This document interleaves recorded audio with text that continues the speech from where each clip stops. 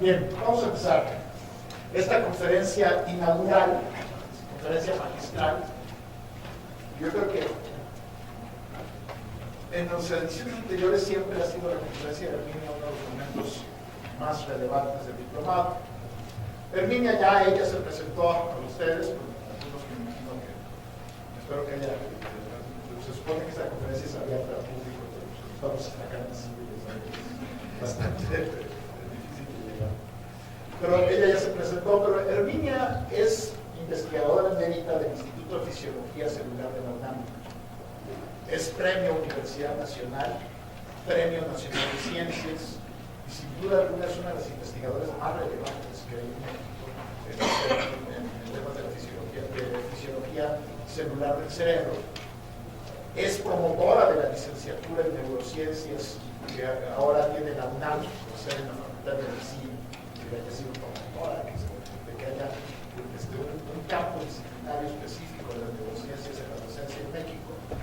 Y como ella ya les decía, por intereses personales y políticos, de participación política, le ha interesado el tema de la regulación de las drogas y ha trabajado el tema de los efectos de las drogas en el cerebro. De verdad creo que esta conferencia es especialmente buena, ¿no? y ha sido uno de los puntos más relevantes de nuestro diploma. Así que sin más los dejo con la niña, porque además tampoco le gustan las presentaciones demasiado solemnes.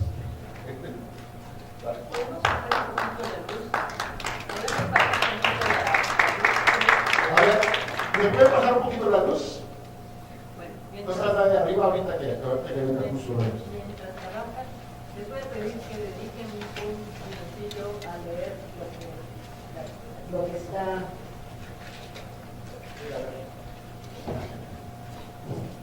Lo que está aquí en esta ilustración.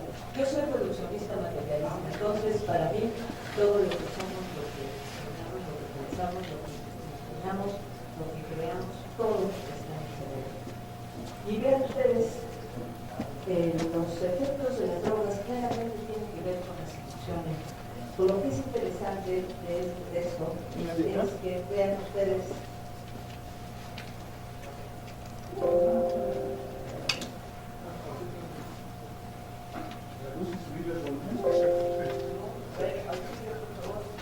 Te van a subir el volumen porque está un poco bajo. No, pero no. Y la luz te va a bajar. Cuando cambio, es que creo que tenía el control al revés. Bueno, vean ustedes, lo que es interesante de estas conclusiones es quién las hizo y cuándo las hizo. A 500 años antes de Cristo. Las drogas evidentemente tienen que ver con las emociones, la mayor parte de las drogas. Luego vamos a hablar de algunas que tienen otros efectos, como son las drogas psicodélicas. Es muy interesante, vean ustedes, las drogas vienen de los lugares más disímbolos. Pueden venir de un platillo de amapolas en Afganistán, en la Sierra de Guerrero, del árbol de coca en Perú, en Bolivia, del peyote en los desiertos cercanos por aquí del noreste de la República, o pueden venir de los hongos que crecen en los bosques lluviosos en la sierra, o de plantíos que pueden crecer pues casi en todas partes. Yo confío en algún momento poder sembrar, nada más para reivindicar mis convicciones, tener una siembra de cannabis en el balcón de mi casa, vamos a ver. O en los laboratorios, las drogas sintéticas, como ustedes saben, están alcanzando un auge muy especial. Bueno, todas estas sustancias, todas actúan en el mismo sitio, en una zona particular del cerebro.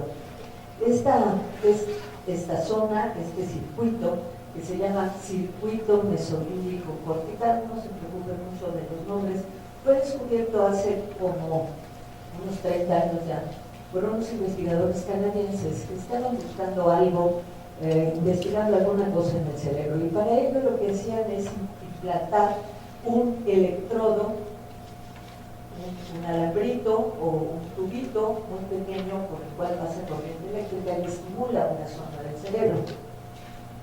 Estos electrodos se acomodan en el cerebro de manera muy precisa mediante un aparato que se conoce como sistema estereotáxico, pero que un buen día se descalibró y entonces colocó el electrodo en una zona un poquito distinta de la que usaban los investigadores para sus investigaciones.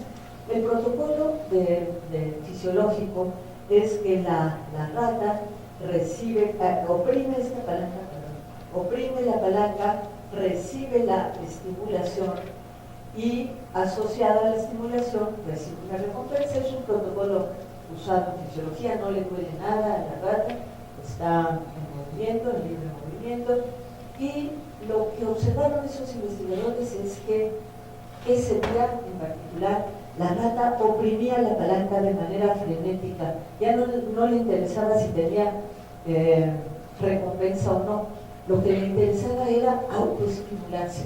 Evidentemente los investigadores se dieron cuenta de la importancia de lo que estaban viendo, dejaron de hacer lo que estaban haciendo y se dedicaron a ver en qué parte del cerebro ocurría o qué partes del cerebro tenían la capacidad esa de interesar al animal de manera tan importante.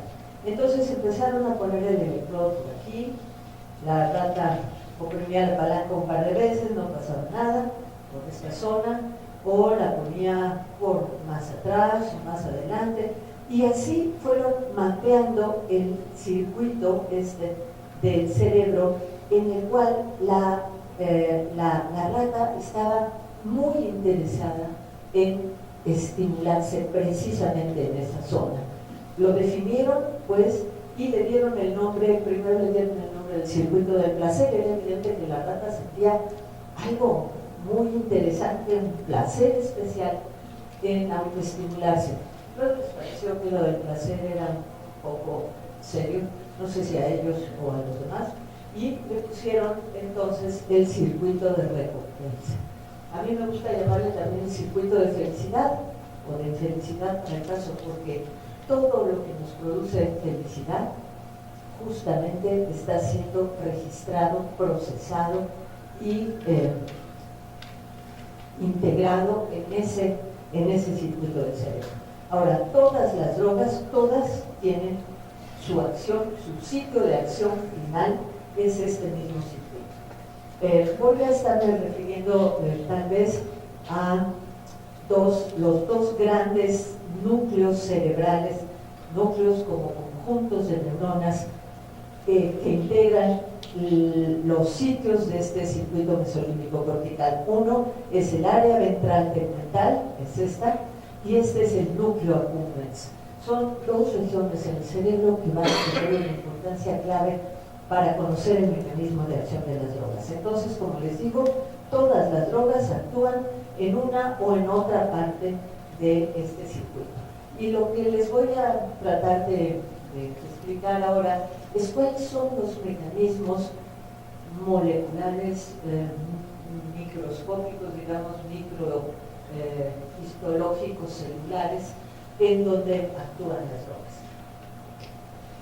Como les digo, todo lo que hacemos, lo que soñamos, lo que imaginamos, lo que sentimos, todo está basado en la comunicación entre las neuronas, en el cerebro, todo. Y la comunicación entre las neuronas se establece prácticamente en todas de manera similar. Una neurona tiene un cuerpo neuronal, una serie de ramificaciones, a veces cortas, a veces grandes, largas, pero una de estas ramificaciones, una prolongación, es el axón, y es a través del axón que una neurona se comunica con otra. Esta zona de comunicación entre una y otra neurona, que se llama en conjunto sinapsis, fue percibida, digamos, ya desde los tiempos de Cajal, que fue un gigante de la neurobiología. Él se dio cuenta de que las neuronas no tenían una solución de continuidad, sino predijo que debía haber un espacio entre una y otra neurona. En efecto, eso es así. Entonces, esta es la neurona que va a mandar el mensaje y esta es la neurona que lo va a recibir.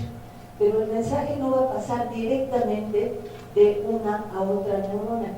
curiosamente, las neuronas se comunican a través de un lenguaje eléctrico, cargas eléctricas negativas y positivas. Es así como las neuronas se comunican. Entonces, las cargas eléctricas no pueden pasar de aquí para acá. Se necesita la mediación de una molécula química que es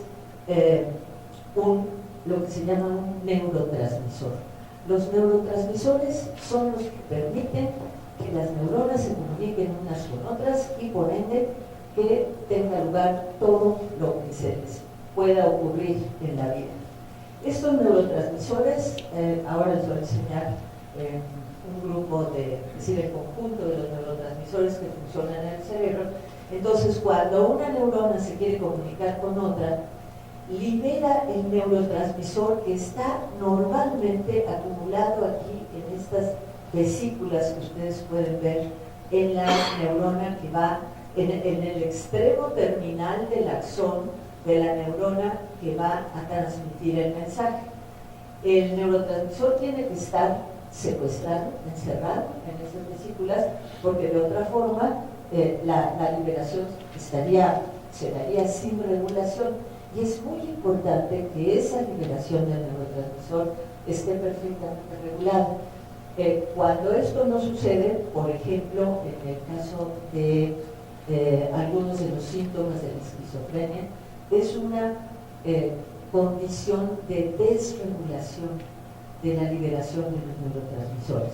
Y las drogas van a actuar precisamente en distintas etapas de este mecanismo de comunicación. Entonces, la forma como termina el contacto entre las neuronas, el contacto químico, es a través de moléculas que son los transportadores. Pero volvamos al proceso inicial. El neurotransmisor se libera, pasa este espacio que separa las neuronas y se conecta con una molécula en la neurona que está recibiendo el mensaje, que tiene el nombre muy adecuado de receptor. El neurotransmisor se comunica con el receptor. La interacción del neurotransmisor con el receptor es de manera muy simple, digamos, como si una llave se conectara en una cerradura, se abre la puerta y las neuronas están comunicadas. Pero para terminar esta comunicación, que como les digo es fundamental, intervienen otras moléculas que son los transportadores, perdón. Los transportadores van a remover al neurotransmisor de este sitio, de este espacio entre las dos neuronas, lo van a sacar del lugar y con eso se termina la comunicación interneuronal.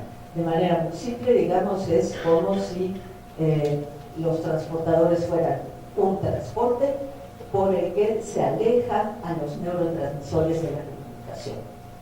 Esa es la base del funcionamiento del cerebro. Ahora, hay algunos neurotransmisores que tienen que ver particularmente con estos efectos emocionales, los neurotransmisores de las emociones. Estos son la dopamina, la norepinefrina y la serotonina. Y las fórmulas son importantes por lo que les voy a mostrar después. Los neurotransmisores que tienen que ver, que funcionan en ese circuito en donde se integran los sentimientos de recompensa, de felicidad, las drogas suplantan a estos neurotransmisores y lo hacen porque déjenme mostrarles, tienen una similitud estructural muy grande con los neurotransmisores. Quedamos que norepinefrina, dopamina son neurotransmisores de las emociones. Vean ustedes cómo las anfetaminas y las metanfetaminas tienen una parte de su molécula que se parece a la de los neurotransmisores. Para mí lo más sorprendente es lo que ocurre con las drogas psicoactivas mescalina y psilocibina.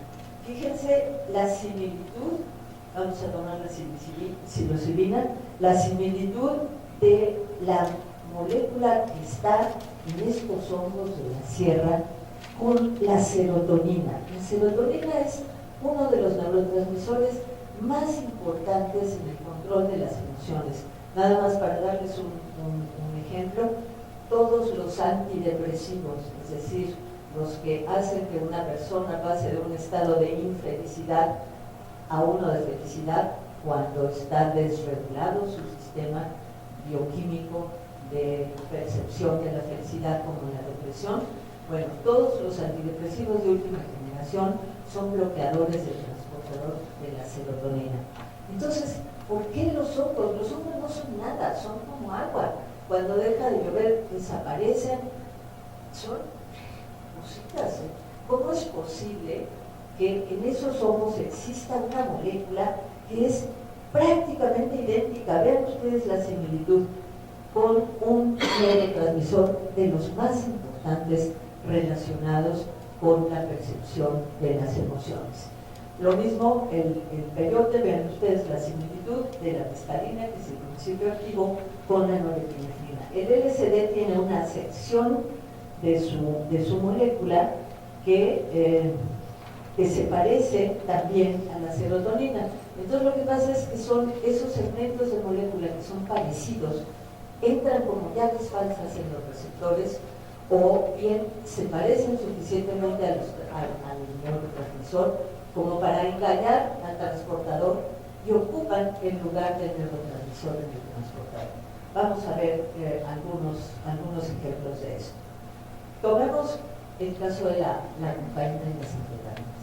La cocaína, yo siempre cuento la historia de que cuando yo era estudiante hace muchísimos años, estudiante de licenciatura, los malos estudiantes, yo no porque era buena estudiante y organizada, pero los malos estudiantes se juntaban, no malos, pero flojos, se juntaban a estudiar los días, las noches anteriores al examen, iban a la farmacia y podían conseguir de manera sin ningún problema anfetaminas. Se tomaban las anfetaminas y empezaron a sentir los efectos de esta droga. Entre ellos está la capacidad de concentración, pues ideal para estudiar, disminución del apetito, no necesitaban dormir y además estaban contentos, pues ideal para el propósito que ellos querían. Y al otro día presentaban el examen, habían aprendido muy bien, no se les había olvidado. Todo esto es por el efecto de las anfetaminas sobre sistemas y moléculas que conocemos bien. Pero a mí lo que me llama más la atención sobre las anfetaminas y la cocaína, sobre todo las anfetaminas, es que producen un aumento en la autoestima. Y eso sí yo les puedo decir que, si bien no tomé las anfetaminas cuando era estudiante, sí las tomé después en algún momento de mi vida, también se vendían libremente en la farmacia, porque quería adelgazar y como suprimen el apetito, pues eran muy usadas en ese momento de manera indiscriminada para tratar de adelgazar. Entonces, este efecto tan sorprendente de las anfetaminas es el del aumento en la autoestima. Es decir, estamos acostumbrados a pensar en la autoestima pues, como algo no muy definido, más del terreno psicológico. Psicología para mí es fisiología, evidentemente, pero que tiene que ver con el entorno, con cómo nos sentimos, cómo nos ven los demás, qué tan bonita nos devuelve la imagen en el espejo, o qué tanto nos felicitan nosotros, en fin, eso va subiendo la autoestima o bajando la autoestima. Bien, con las anfetaminas se puede sentir un incremento clarísimo en la autoestima.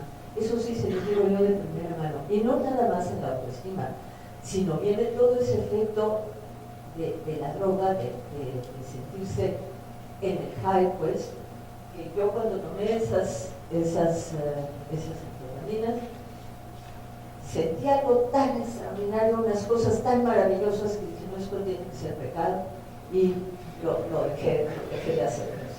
Me dio miedo, era tan extraordinario que la verdad dije, no me quiero acostumbrar. Bueno, sabemos perfectamente bien a dónde actúan, en qué mecanismos moleculares actúan las anfetaminas y la cocaína. Son bloqueadores de los transportadores de la dopamina, básicamente, sobre todo de la dopamina. Entonces lo que hacen es bloquear el transportador y permitir que el neurotransmisor en el circuito mesolímbico cortical esté actuando más tiempo. Es decir, lo que hacen es que la conversación entre las neuronas sea más intensa y más prolongada. Y eso es lo que hace sentir la euforia, eso es lo que hace subir la autoestima, también lo que quita el sueño, en fin. Pero es un mecanismo perfectamente aclarado, es la suplantación, digamos, están ocupando el lugar de los neurotransmisores, como la dopamina, en esa área del cerebro, y de esa forma incrementan la conversación. Hay otra droga también muy interesante en ese sentido, que es el éxtasis. El éxtasis, que no he probado, y yo creo que no voy a probar, tiene estos efectos escritos. Euforia también. Que se llama empatogenia, que a mí me parece de lo más interesante. Empatogenia. Lo que dicen los jovencitos que toman el éxtasis es que se sienten que ¿no les parece extraordinario que algo que estamos tomando de fuera, que viene del entorno, de pronto hace que yo sienta que los demás me quieren? Es maravilloso. Y sabemos perfectamente cómo y dónde actúa el éxtasis. De nuevo, se trata de incrementar los niveles de serotonina, norepinefrina y dopamina en la comunicación entre las neuronas del mismo circuito mesolímbico cortical. El efecto es un poquito más complejo que el de las anfetaminas, porque no nada más tiene que ver con el transportador, sino que aumenta la liberación de los neurotransmisores.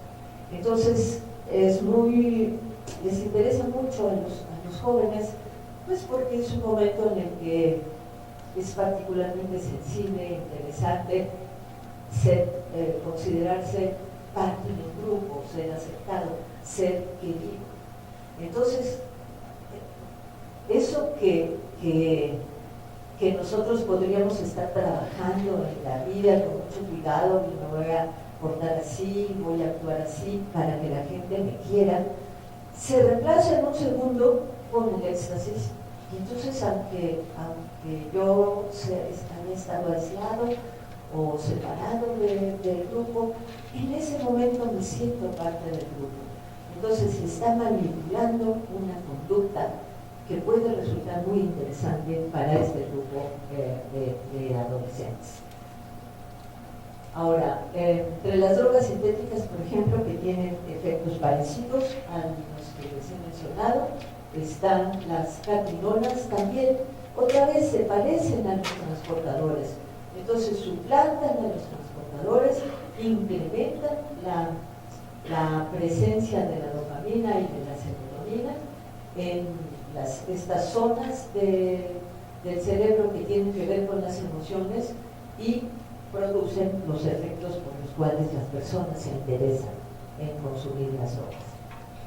Ahora, la morfina y la heroína son las drogas que van a suplantar a un neurotransmisor natural. Es decir, para que una droga pueda funcionar, para que pueda actuar en el cerebro, producir sus efectos, necesariamente tiene que parecerse a una droga interna nuestra. Nosotros tenemos la dopamina, la serotonina y la norepinefrina como nuestras drogas para la felicidad. Esos neurotransmisores son los que nos hacen percibir la felicidad, que normalmente viene del entorno. Si los estímulos vienen del entorno, esos neurotransmisores los procesan y por eso nos sentimos felices o infelices. Entonces, esos son los neurotransmisores a los que están suplantando la cocaína y las anfetaminas. La, la, la morfina y su derivado, la heroína, también están suplantando a nuestra morfina natural, que es esta morfina natural, o llamada endorfina o endorfinas, son 2 o 3 neurotransmisores cuya fórmula y acciones conocemos muy bien, y que normalmente tienen en el individuo el papel fundamental de controlar el dolor.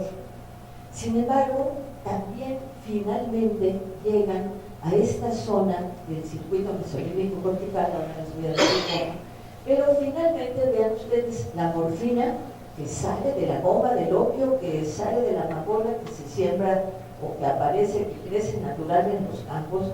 Esa planta, esa flor, tiene una sustancia,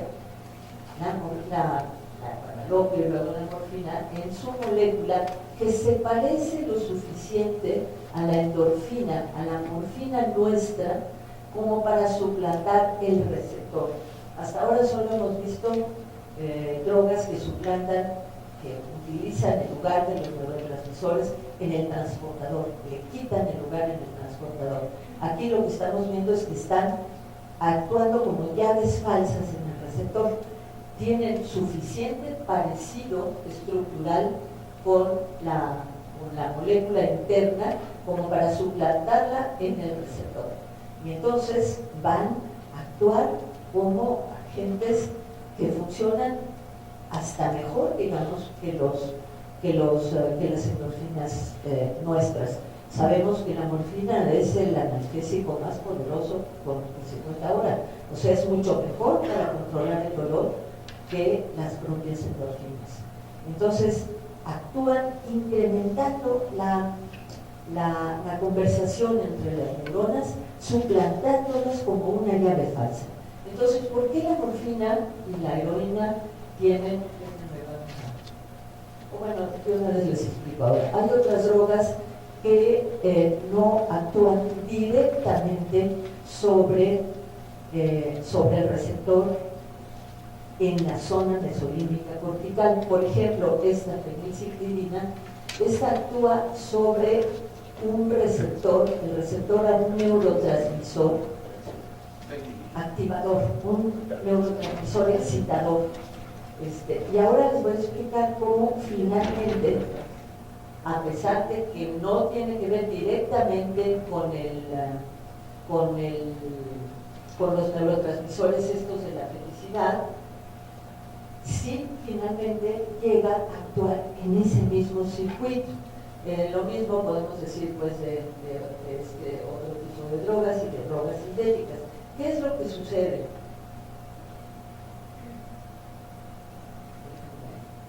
Pasar de una vez a esto, luego regresamos a esta parte.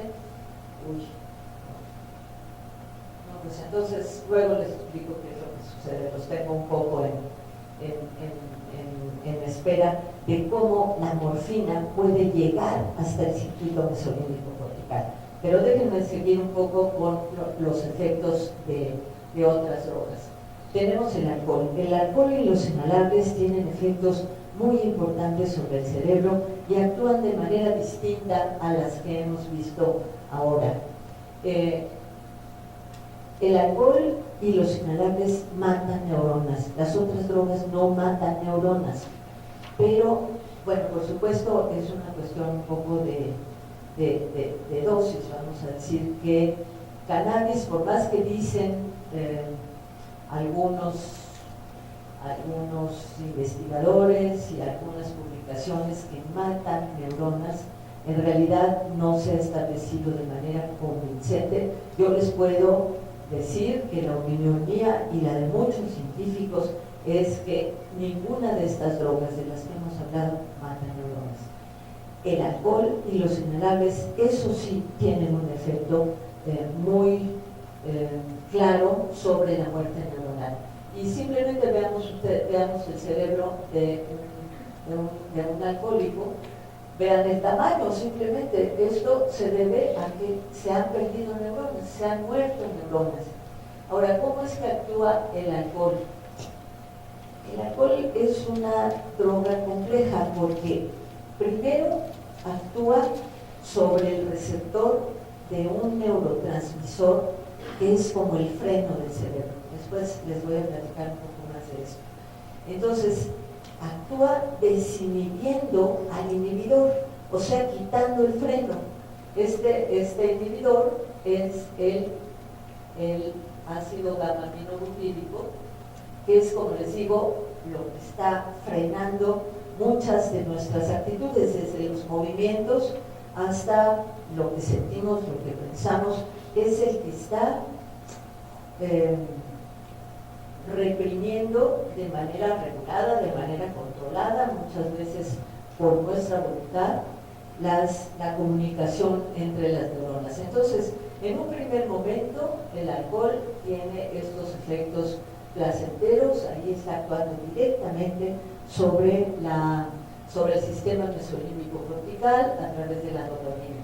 Después, la conducta desinhibida se debe a eso, a que el freno desaparece, el freno se reduce. Entonces, algo que nosotros tenemos muy controlado, que no nos atrevemos a decir, una actitud que no tenemos, que no nos permitimos expresar, debido a que este freno está inhibido, la expresamos. Y esa es la razón de la conducta desinhibida que se observa con el alcohol. Luego empieza a actuar sobre otras zonas del cerebro y otros neurotransmisores, y entonces vuelve a hacer lo mismo, se desencadena este comportamiento agresivo, porque por un lado no hay el freno y por otro lado se activaron estas zonas relacionadas con la agresividad que también están en el cerebro, como la amígdala, por ejemplo. Después ya vienen los efectos sobre el movimiento, que tienen que ver con el cerebro, y los otros relacionados con las funciones que podemos llamar más intelectuales. Lo que sucede ya en estos últimos momentos es que el alcohol actúa como los inhalables, haciendo la membrana de las neuronas más fluida. Entonces, los inhalables son solventes, y son solventes de las grasas. Y las membranas de todas las células, pero en particular de las neuronas, tienen un contenido muy importante de lípidos. Vean ustedes, todo esto que se ve, todas estas estructuras que se ven aquí, son los lípidos de la membrana. En esos lípidos están insertos los transportadores, están insertos los receptores, todas las moléculas de proteína que tienen que ver con muchas funciones de comunicación de la célula con el medio externo, están insertos en esa capa de lípidos. Entonces, ¿qué sucede con los inhalables? ¿Qué sucede con el alcohol? Que esta membrana, en lugar de estar perfectamente ordenada, como se ve aquí, que es el estado normal, aumenta la fluidez, y entonces los transportadores y los receptores ya no funcionan de la misma manera, porque ya no están perfectamente acomodados como para conectarse con lo que se tienen que conectar. Entonces las membranas están fluidas, están desorganizadas y acaban por matar a la célula. Entonces, tanto el alcohol como los inhalables, el alcohol, por supuesto, a concentraciones altas y consumido de manera crónica, tienen esos efectos letales, pues, causando la muerte neuronal. Ahora, ¿qué pasa con la marihuana, con cannabis? La respuesta es menos estereotipada, digamos, y muy distinta. No se trata de una droga estimulante, como ustedes saben bien. Tiene ciertos efectos estimulantes, pero tiene también efectos tranquilizantes. Ahora, la respuesta es menos estereotipada. Si ustedes se toman una pastilla de anfetaminas, van a sentir, como del libro, lo que dice que se siente con las anfetaminas. En cambio, con cannabis puede haber diferencias individuales. Y otra vez me refiero a mi experiencia personal. Cuando yo asistía a reuniones científicas, pues desde los años 60, 70 y más, pues había cannabis en abundancia en las universidades, y cuando terminaban los trabajos de los simposios, íbamos a una fiestita en casa de algún investigador, y pues circulaban cigarritos, eran tiempos de cigarritos, felices tiempos de cigarritos. Pues yo dije, bueno, venga mi experiencia con cannabis. Y empecé a intentar, no sentía nada, ni me daba risa, ni nada, estaba perfectamente normal. Y bueno, ya empezaron a investigar a ver si lo hacía bien, si estaba inhalando, si no. Pues no hubo modo de que yo sintiera nada con la cannabis. Entonces dijeron, es que tienes miedo y estás inhibiendo la respuesta. Con las anfetaminas, con la heroína, con la cocaína, no hay manera de inhibir la respuesta. Por más que yo quiera no sentir, siento. En el caso de cannabis es un poco distinto. Ahora, como en el caso de todas las drogas, tiene que haber la cannabis natural. Si no, no hay modo de que algo que crece en una planta, en un arbusto así, tan fácilmente en la naturaleza, ¿por qué tiene esas acciones en el cerebro? Tiene que haber una cannabis natural, una marihuana natural, que sea la que nos hace ser quizá un tanto diferentes en personalidad. Ustedes saben que con cannabis se tienen estas sensaciones de bienestar, de tranquilidad. Entonces es posible que dependiendo de cómo esté funcionando nuestra cannabis natural, haya personas que naturalmente tengan estos efectos, estas actitudes, estas conductas como las que se evocan con cannabis.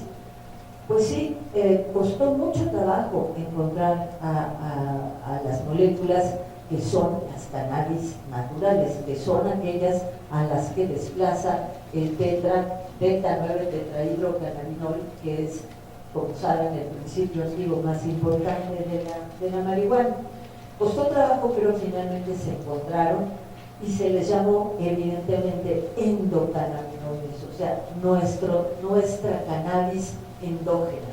Esta cannabis endógena son dos moléculas, no son exactamente neurotransmisores, sino son moduladores de los otros neurotransmisores. Ahora les cuento un poco más. Pero vean ustedes, esta es la parte que se parece del THC a los endocannabinoides, que son la anandamida y el 2-araquidonilglicerol. Es importante ver las fórmulas porque así entendemos cómo el THC se va a actuar otra vez como una llave falsa que suplanta al endocannabinoide para interactuar con el receptor. A diferencia de las otras drogas para las cuales los receptores y los transportadores están en esta zona muy específica del cerebro, del circuito del placer, los receptores a los endocannabinoides están en todas partes del cerebro. Vean ustedes, todo lo que se ve negro es que hay un receptor a cannabinoides, es el receptor a cannabinoides, y es aquí en donde interactúan de manera natural los endocannabinoides y de manera artificial suplantándolos en THC. Entonces vean ustedes cómo no solo tiene que ver con esta sensación de felicidad, sino tiene otras funciones en el cerebro. ¿Cómo es que se llega a la euforia con drogas como la heroína, la morfina o la cannabis, que no afectan directamente a la dopamina, serotonina y norepinefrina, que son las drogas de la felicidad?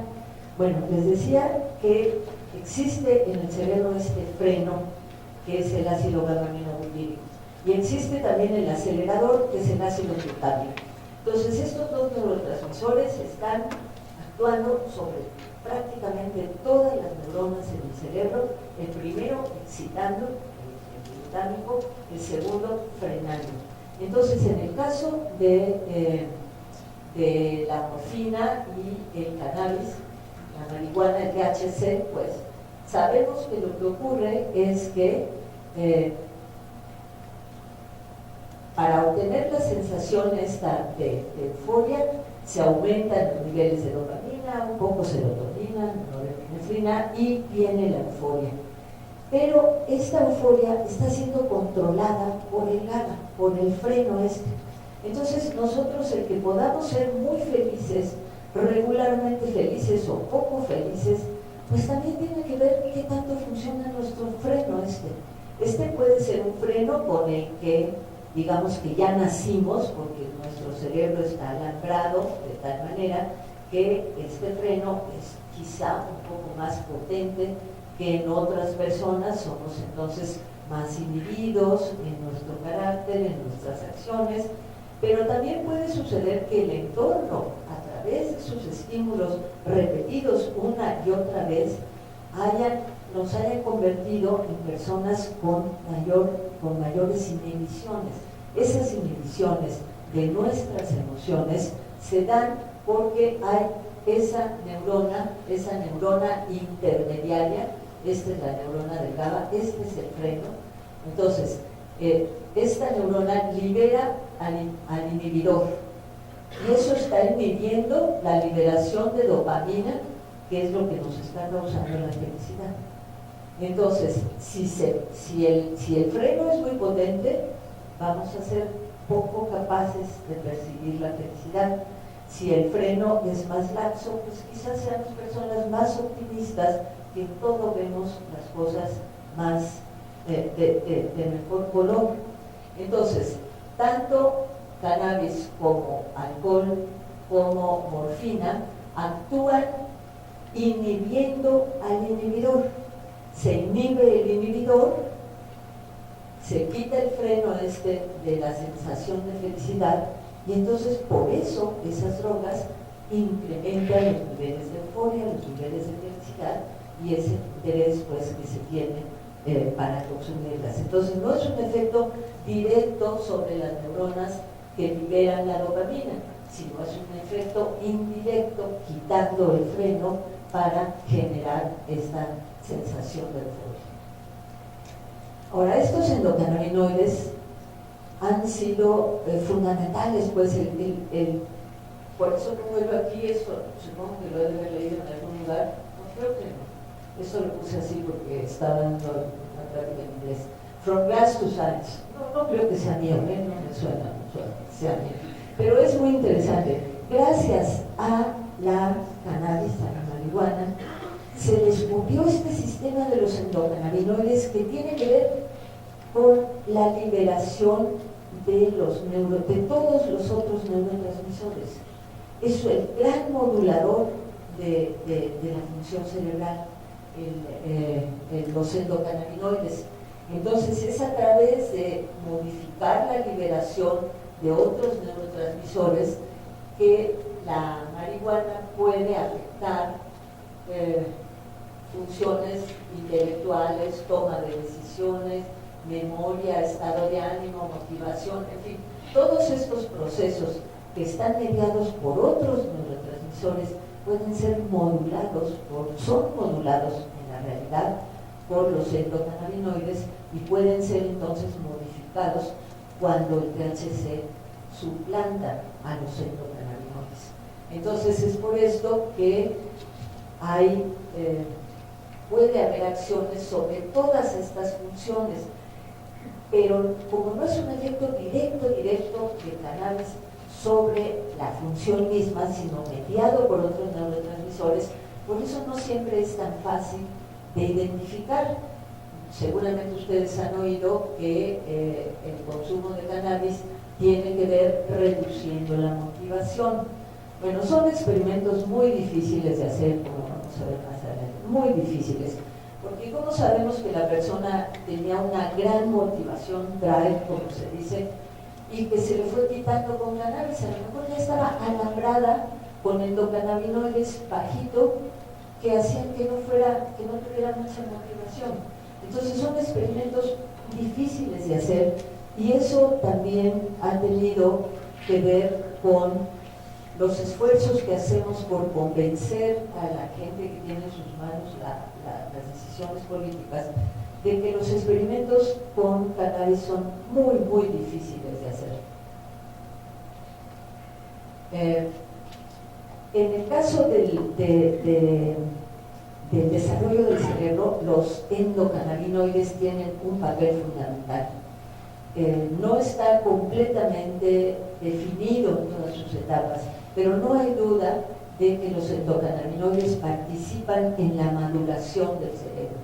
Por eso sí es cierto que hay que tener cierta restricción o tener cuidado especial en el consumo de cannabis en los adolescentes, contra lo que habíamos pensado de que el cerebro dejaba de madurar a los 10, a los 12, a los 15, no, el cerebro continúa su maduración hasta los 20 años y particularmente es inmaduro en las zonas del cerebro que procesan el control de riesgos o la percepción de riesgos y la toma de decisiones. Entonces los adolescentes son como son no por las hormonas, eso es un mito. Son así porque su cerebro no está maduro. Entonces no tienen percepción de riesgo. Piensan, a mí no me pasa nada, yo puedo hacer lo que quiera y no me pasa nada. No tienen muy claro el costo-beneficio de las decisiones que toman.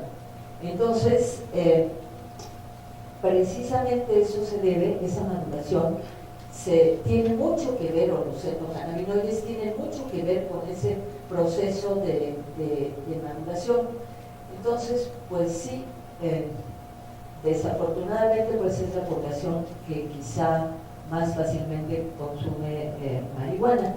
Hay que tratar de disuadirlos o tratar de explicar lo que está pasando, que se esperan a los 21 años, ya con toda tranquilidad terminó de madurar su cerebro y ya los riesgos de daño del cannabis son mucho menores.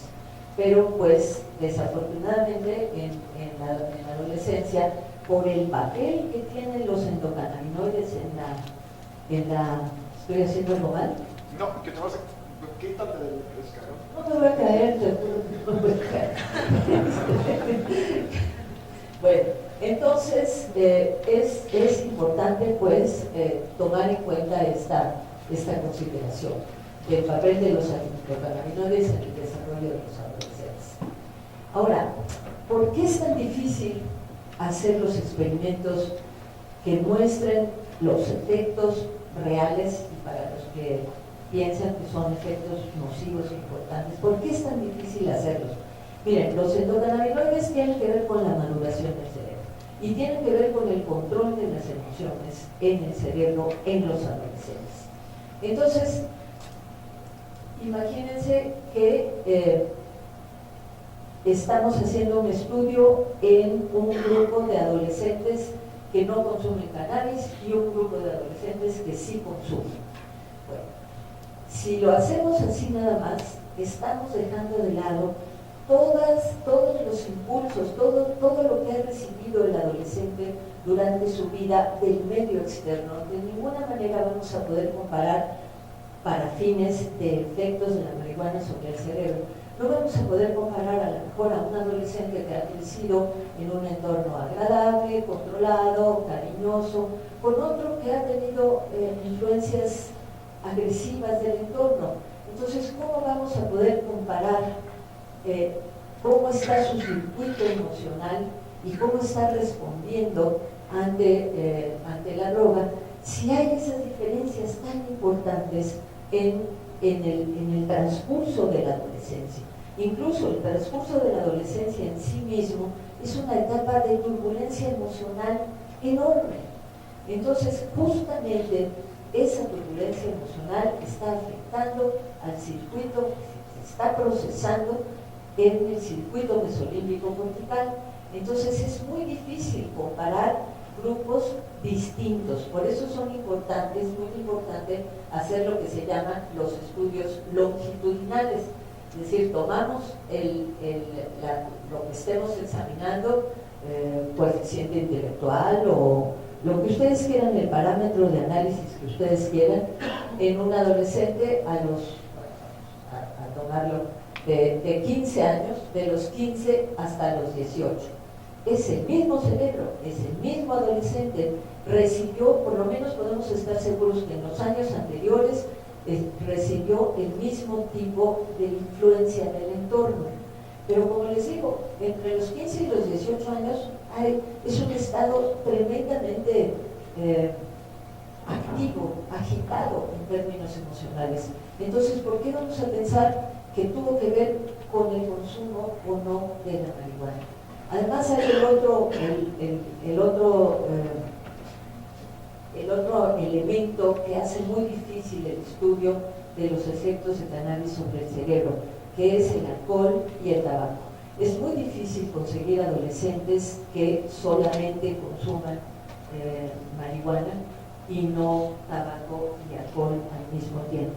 No sé si ustedes leyeron un artículo reciente que salió de un pediatra en el New York Times, en donde como pediatra y como padre se cuestionan si preferiría, ya puesto a preferir, que sus hijos adolescentes consumieran alcohol o marihuana. Su conclusión es obviamente que marihuana, porque el alcohol tiene efectos, pues digamos, sociales, mucho más peligrosos que el caso de la marihuana.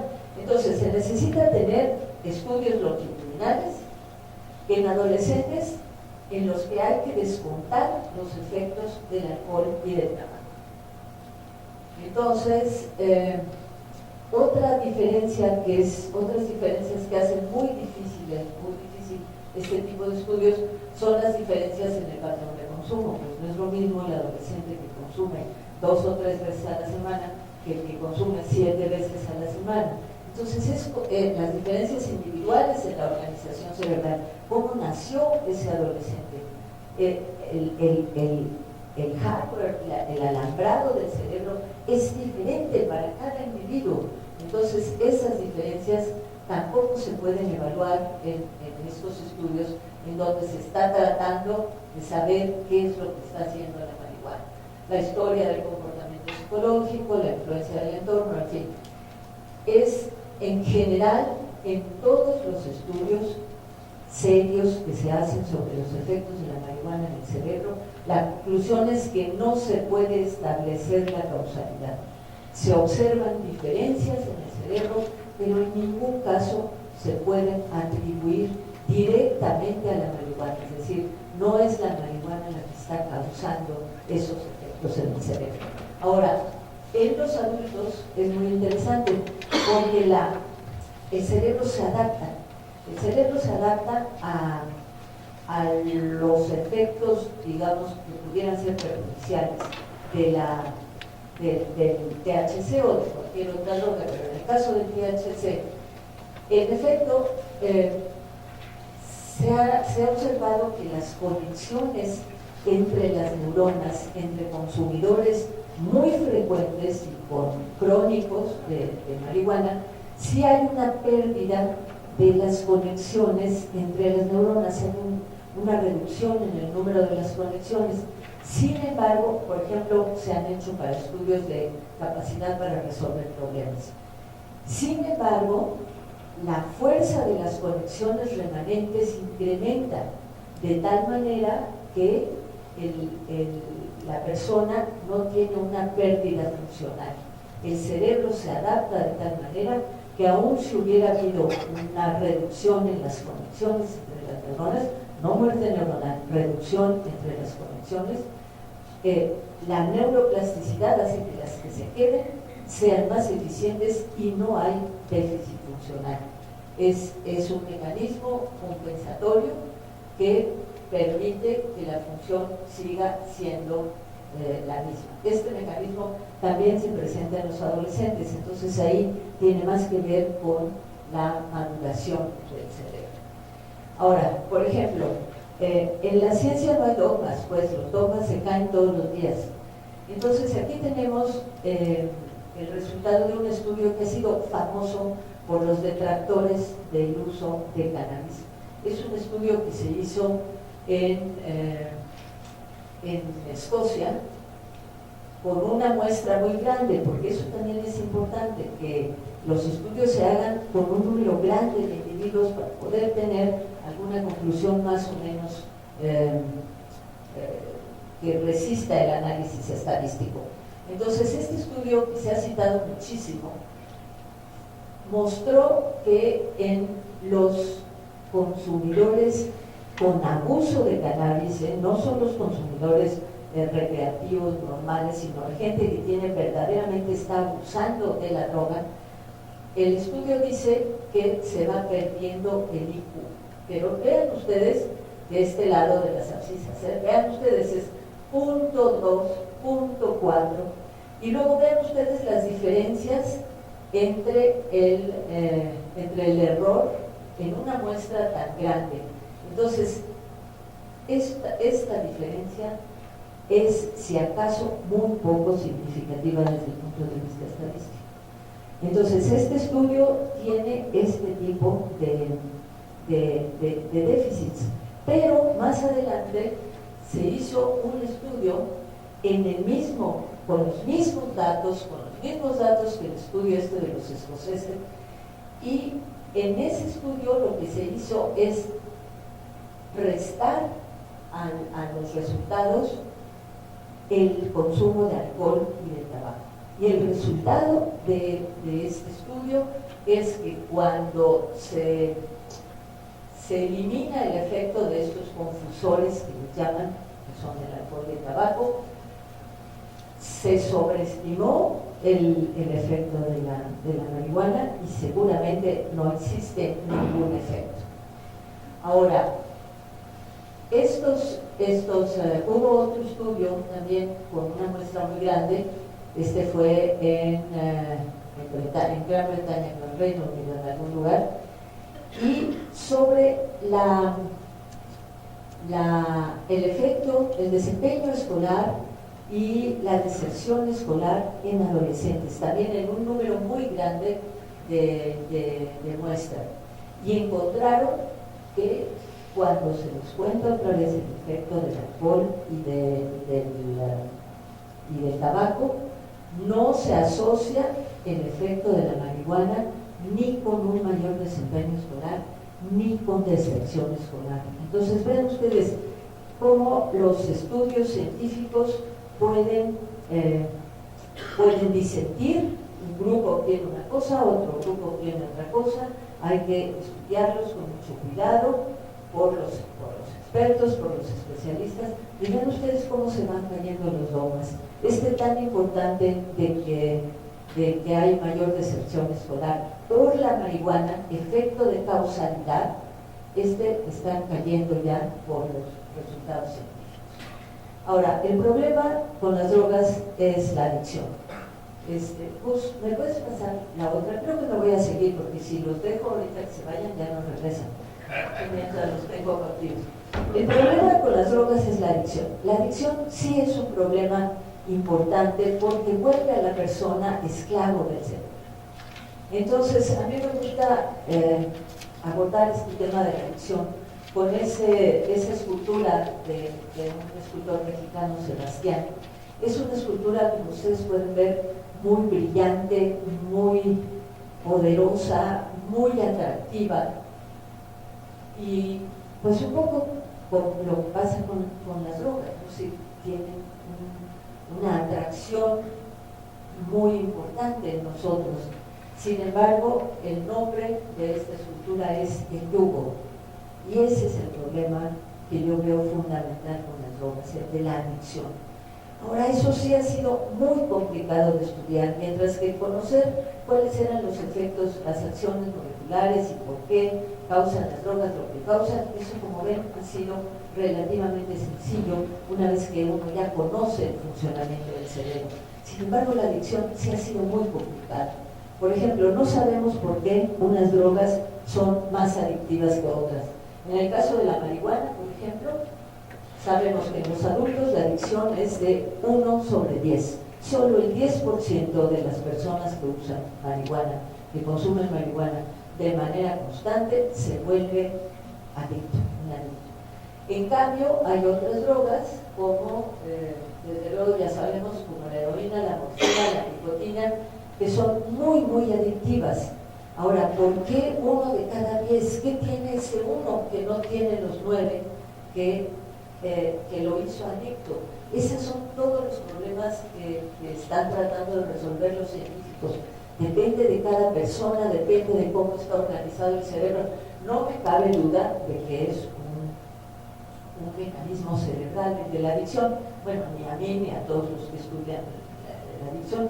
Es un problema complejo, pero pues sí se está estudiando y se están encontrando cada vez más dificultades. ¿Qué pasa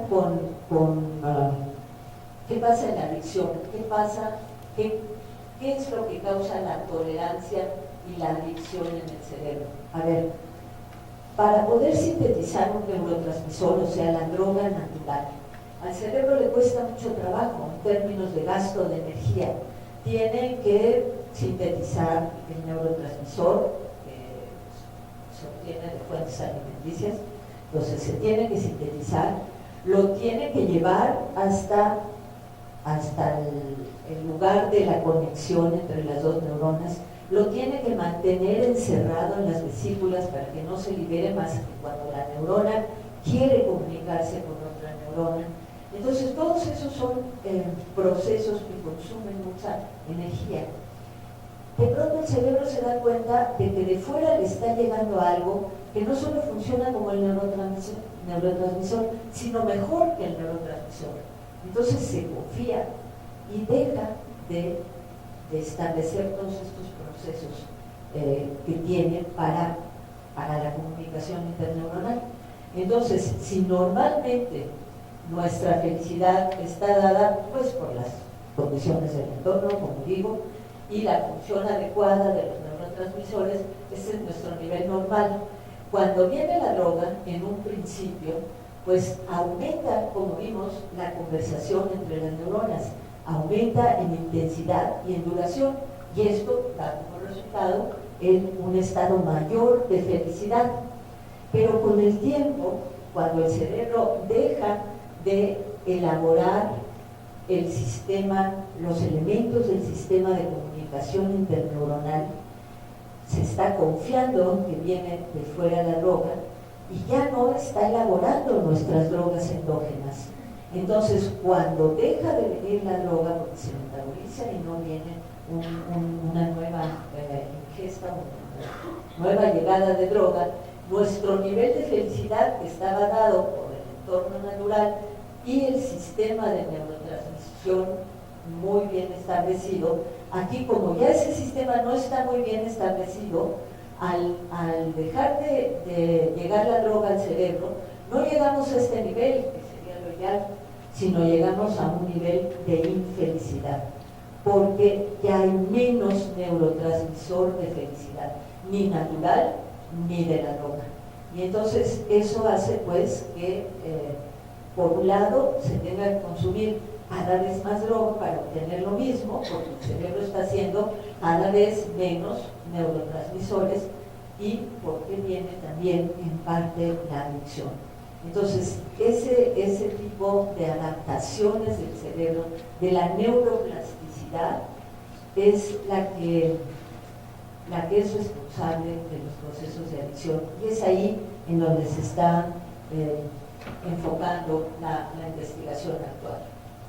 Entonces, ¿qué sucede? ¿Cuáles circuitos en el cerebro están alterados que llegan a causar la adicción?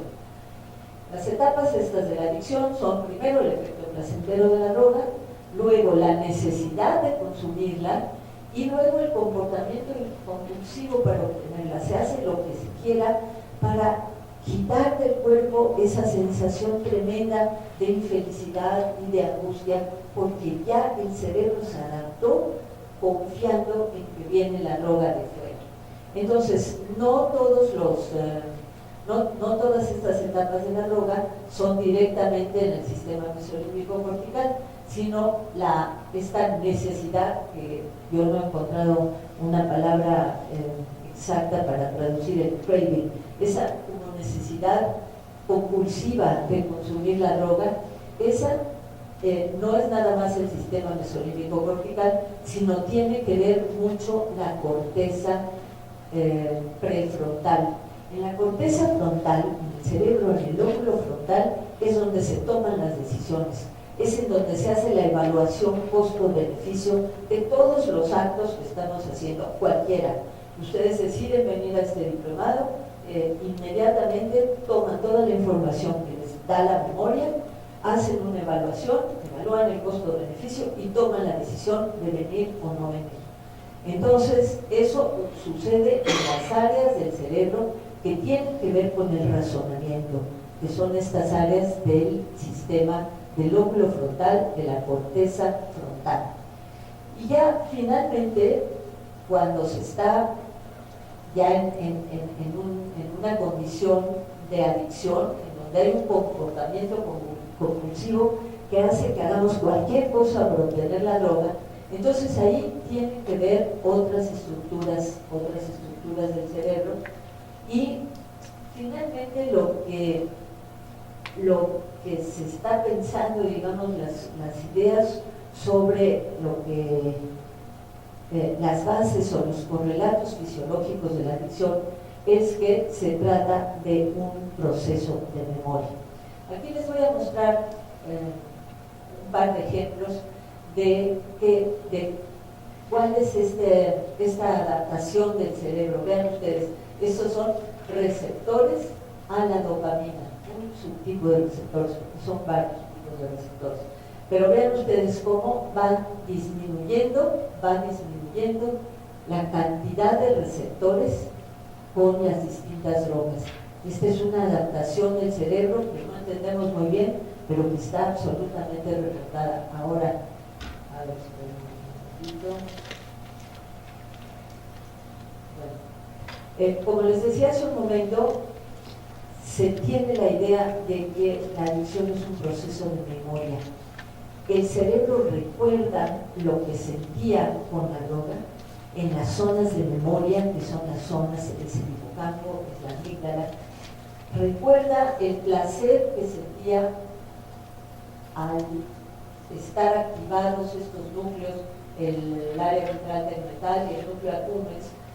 Se acuerda de lo que sentía, y esa memoria es lo que hace que se sienta impulsado a recuperar ese efecto placentero que le es tan importante. Ahora, la memoria tiene una etapa de la memoria, es la consolidación. Entonces se hacen fuertes las sinapsis y uno guarda los recuerdos.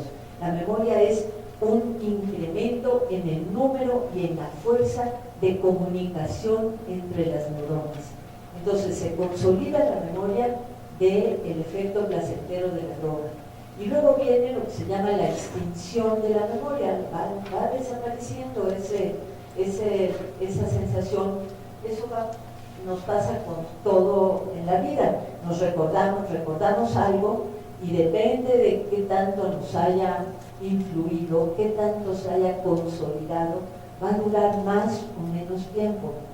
Hay esta extinción natural de la memoria, extinción de los recuerdos. Entonces ese es un proceso bien conocido, bien estudiado, que tiene que ver con la comunicación interneuronal. Pues aparentemente las drogas desregulan este proceso de extinción de memoria. Entonces a la persona siempre tiene presente, una vez que ha sido adicto, siempre tiene presente el recuerdo placentero, casi indispensable en cierto momento, de la droga. Y ahí se podría actuar un poco, es decir, si pudiéramos quitarle al adicto ese recuerdo, probablemente sería más exitoso su proceso de recuperación. Pero fíjense, es tan complicado y tan fuerte que no necesariamente el consumo de droga es el que está activando estos procesos de memoria. Simplemente las situaciones contextuales en las que la persona consume las drogas son suficientes para activar otra vez esos procesos de memoria. Por ejemplo, los que consumen cigarrillos, que fuman el cigarro siempre a la hora del café después de la comida. Bueno, si ya hace años que no fuman, Todos reportan, los fumadores, que cuando toman el café, después de la comida, se les antoja un cigarro. Es decir, ahí está la memoria constante, la memoria que no deja olvidar el placer de la droga. Y entonces es digamos que una lucha constante entre la parte de la corteza frontal, en donde se toman las decisiones y se evalúa el costo-beneficio, y el recuerdo placentero de la droga, que está sobre todo en el núcleo accumbens. Entonces, ese proceso de memoria, esa consolidación es tan fuerte en algunas drogas, no en todas, que no hace fácil ni posible en muchas ocasiones librarse de la adicción. Ahora, se conoce más o menos a nivel molecular qué es lo que pasa cuáles son los neurotransmisores y los mecanismos involucrados en la memoria. No voy a entrar en muchos detalles porque puede resultar un poco complicado, pero es el ácido glutámico, este excitador que les decía general del cerebro, y tiene que ver muchísimo con la memoria normal, con la memoria relacionada con las drogas.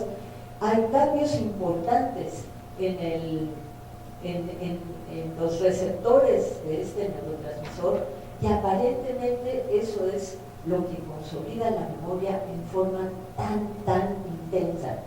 Y estos cambios se dan por la liberación de dopamina en el circuito mesolímbico cortical. Entonces, el primer efecto de las drogas es el efecto de euforia, el efecto de felicidad, mediado por la dopamina. Pero la dopamina es la que impulsa los cambios en el ácido glutámico que van a consolidar la memoria. Entonces, recientemente se han obtenido resultados que me parecen muy interesantes. Vean ustedes, no todas las drogas liberan la misma cantidad de dopamina en el sistema mesolímbico cortical. Por ejemplo, aquí tenemos los efectos de las anfetaminas administrados por distintas vías. Hay una liberación, bueno, la gráfica es un poquito, expresa datos un poco diferentes, pero finalmente es la liberación de dopamina, la activación del sistema de dopamina en el circuito mesolímbico cortical. Entonces, entre más grandes son las barras hacia abajo, es mayor la activación de ese sistema mediado por la dopamina. Entonces, vean ustedes, las anfetaminas tienen un efecto importante. La nicotina, solo hay estos son distintos artículos que están reportando la activación del sistema de la dopamina. Solo hay uno que dice que no, pero bueno, pues ahí está y se tiene que poner. Vean ustedes, la nicotina tiene también un efecto muy importante activando el sistema dopaminérgico. El alcohol, lo mismo. Esta droga sintética, ketamina también, pero vean ustedes, el tetrahidrocannabinol, en verde, activa poquito el sistema dopaminérgico, no lo activa de manera tan intensa como las otras drogas. Entonces, si estamos pensando en ese contacto dopamina y consolidación de la memoria, dopamina y luego el ácido glutámico y la consolidación de la memoria, pues entre menos intenso sea el estímulo de la dopamina, menos fuerte va a ser el efecto sobre la memoria y probablemente menos adicción. A mí me parecen estos resultados muy interesantes porque nos pueden ya estar dando un poco de luz sobre qué es lo que puede causar las diferencias entre unas drogas y otras en cuanto a adicción. Y a medida que tengamos mayor conocimiento de este tipo de cosas, puede llegar un momento, llegará, no me cabe duda, en que se pueda manipular farmacológicamente estos efectos y que se pueda vivir sin adicción, que se puedan utilizar los efectos benéficos que son producir felicidad, es sin duda un efecto benéfico sin tener los aspectos negativos. Ahora, hay también cambios estables muy importantes en el fenómeno de tolerancia y adicción causados por las drogas. Miren, las neuronas del núcleo accumbens, ese que dijimos que es importantísimo para el efecto de la droga, son las que se llaman neuronas espinosas. Vean ustedes, se llaman espinosas porque tienen estas como espinitas en sus terminaciones, en sus dendritas, en sus terminaciones pequeñas, pero resulta que en cada una de estas pequeñas espinas se va a establecer una comunicación de otra neurona. Vean ustedes, el axón de otra neurona va a hacer contacto de comunicación con cada una de estas pequeñas espinas que están en estas neuronas. Entonces la capacidad de comunicación de las neuronas es enorme. Así como hay 1.000 millones de neuronas en el cerebro, hay miles de millones de comunicación entre las neuronas, de sitios de comunicación. Y este es un ejemplo. En cada una de estas espinas llega otra neurona y establece una comunicación. Ahora, ¿qué pasa, por ejemplo, con algunas drogas? En el caso de la cocaína, vean ustedes, hay un aumento muy importante en el número de estas espinas dendríticas que se llaman.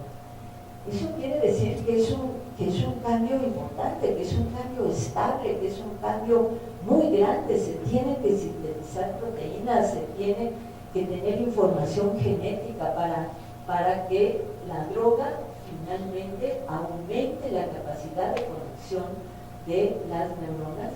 Vean ustedes cómo hay un aumento importantísimo en las espinas y por ende un aumento importantísimo en la comunicación de las neuronas, de esas neuronas espinosas del núcleo accumbens.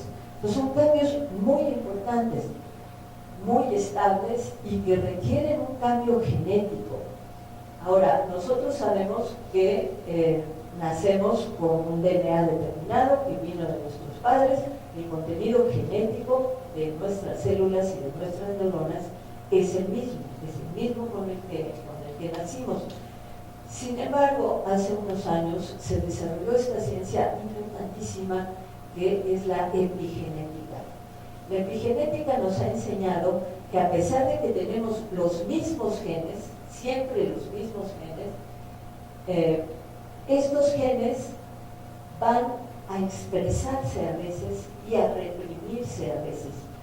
Por ejemplo, los gemelos idénticos, los gemelos homocigóticos que vinieron de un solo óvulo y un solo espermatozoide, tienen el mismo contenido genético y sin embargo van a ser distintos, que van a tener los mismos ojos azules o cafés, pero van a tener cambios desde muy pequeños, desde recién nacidos, porque la influencia del entorno va a hacer que algunos genes se expresen mejor y otros genes se repriman. Esto es lo que estudia la epigenética. Es muy importante para el conocimiento de la diversidad en la función cerebral.